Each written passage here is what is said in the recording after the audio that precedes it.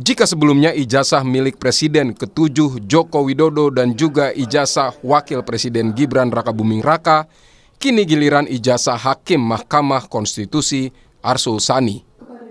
Jumat lalu, Aliansi Masyarakat Pemerhati Konstitusi AMPK melaporkan Arsul Sani ke Bareskrim Polri atas dugaan penggunaan ijazah palsu. AMPK melapor berbekal bukti pemberitaan pengusutan kampus di Polandia, tempat Arsul Sani menyelesaikan studi doktoralnya. Selain meminta pengusutan kasus hukum, mereka juga meminta Arsul Sani mengundurkan diri.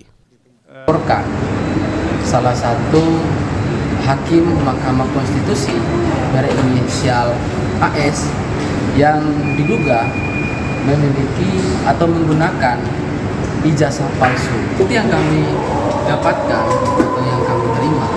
Salah satunya itu adalah pemberitaan terkait dengan penyelidikan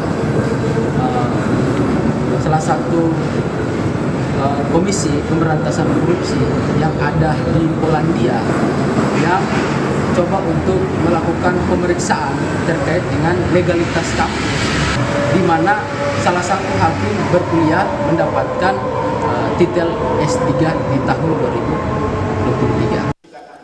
Hakim Mahkamah Konstitusi Arsul Sani membantah tudingan ijazah palsu program doktoral miliknya. Dengan menunjukkan ijazahnya ke hadapan wartawan, Arsul menjelaskan program doktoral ditempuh selama 11 tahun karena kesibukan menjadi pengurus Partai P3 dan anggota DPR RI. Arsul bilang, di 2011 ia memulai program doktoral di Glasgow Caledonian University, Inggris.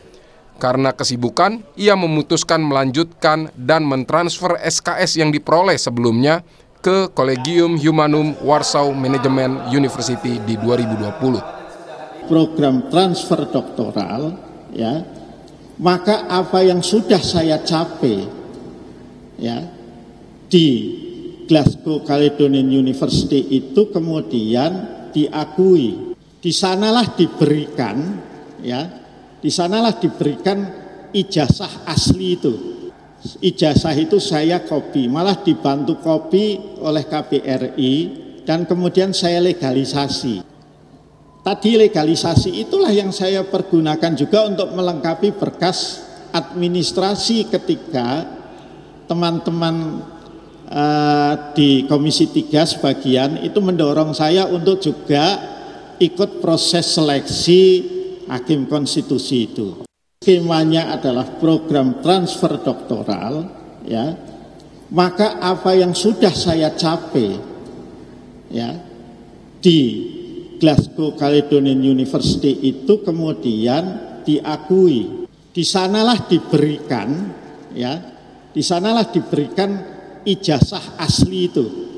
Ijazah itu saya copy, malah dibantu copy oleh KBRI dan kemudian saya legalisasi.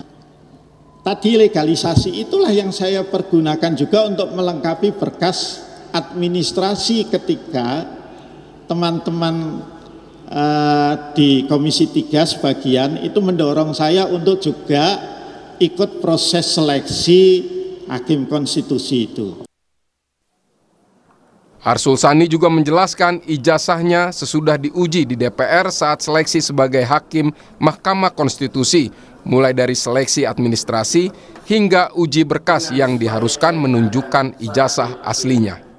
Di tengah polemik tudingan ijazah doktoral palsu ini, Arsul mengaku telah memberikan salinan dan berkas yang berkaitan dengan program doktoralnya ke Majelis Kehormatan Mahkamah Konstitusi atau MKMK. Proses seleksi di DPR itu standar. Begitu seleksi administrasi selesai, itu menyerahkan kopi berkas dan menunjukkan aslinya. Jadi ijazah itu kopi berkasnya adalah tentu kalau ijazah adalah kopi berkas yang sudah dilegalisasi, ya, oleh lembaga yang berwenang. Dan kemudian sejauh menyangkut diri saya, itu tidak ada yang mengajukan keberatan atau tanggapan apapun sampai kemudian saya terpilih. Dan semua berkas ini sudah saya sampaikan juga kepada Mahkamah Kehormatan Mahkamah Konstitusi MK-MK. Bagaimana tanggapan Majelis Kehormatan Mahkamah Konstitusi? Melalui keterangan tertulis kepada Kompas TV, Ketua Majelis Kehormatan Mahkamah Konstitusi menyampaikan dugaan ijazah palsu Arsul Sani sedang dalam pemeriksaan. Wewenang kami adalah memeriksa ada tidaknya pelanggaran kode etik dan perilaku hakim, bukan ada tidaknya tindak pidana.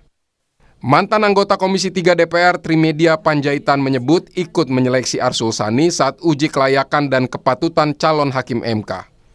Trimedia bilang fokus anggota Komisi 3 saat itu mengenai visi dan misi Arsul Sani. Sementara soal persyaratan ijazah ditangani Sekretariat Komisi 3 DPR. Terkait ijazah Arsul yang kini dipersoalkan, Trimedia bilang Komisi 3 DPR dapat memanggil lagi Arsul Sani untuk meminta klarifikasi.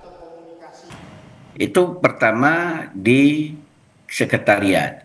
Pada saat mendaftarkan itu tentu Pak Arsul Sani sudah melengkapi termasuk soal pembayaran pajak, LHKPN, beliau sudah melengkapi itu, dan memang pada saat awalnya, pada saat pendahuluannya sebelum pembuatan makalah itu dilakukan pengecekan di lintas praksi, Mbak. Tidak semua anggota Komisi 3 terlibat, pimpinan Komisi 3 dan Kapoksi kalau di DPR yang melihat perwakilan dari praksi-praksi yang melihat kelengkapan persyaratannya, dan tidak ada yang berkomentar soal persyaratan, lebih pada apa visi misi yang dikembangkan oleh Pak Arsul Sani di MK nantinya. DPR tentu bisa juga mengundang Pak Arsul Sani ini datang, dan tentu Komisi 3 bertanggung jawab karena yang memilih Pak Arsul Sani menjadi hakim konstitusi. Bisa juga dilakukan pemanggilan kepada Pak Arsul Sani itu oleh Komisi 3. Menurut pakar hukum tata negara Universitas Mula Warman Herdiansah Hamzah, tidak ada pemeriksaan cermat di DPR karena Arsul Sani sebelumnya juga merupakan kolega para anggota DPR yang menyeleksinya. Karena itu perlu dipikirkan kembali seleksi hakim MK lewat pintu anggota DPR. Karena kasus ini sudah dilaporkan, maka kepolisian harus bergerak cepat untuk menjelaskan persoalan ijazah untuk segera memulihkan nama baik Mahkamah Konstitusi. Inilah problemnya kalau kemudian kamar politik yang mengusulkan hakim MK itu juga diisi oleh politisi. Kita nggak punya masa cooling off period gitu ya. Makanya ke depan sebenarnya penting untuk diatur masa cooling off period itu. Seorang politisi yang hendak maju menjadi hakim MK, yang harusnya ada masa cooling down atau cooling off period itu, misalnya 5 tahun dan lain sebagainya. Karena kalau dia memilih sesama politisi, bahkan sesama anggota DPR, ada semacam prinsip kehati-hatian yang dilupakan gitu. Ya udah, ini karena kamar sendiri atas dasar oleh Pak Asrul, foto ijazah, foto wisuda itu tidak cukup, kan bukan persoalan foto ijazah dan wisudanya, tetapi bagaimana ijazah itu diperoleh, kan, bagaimana wisuda itu diperoleh gitu.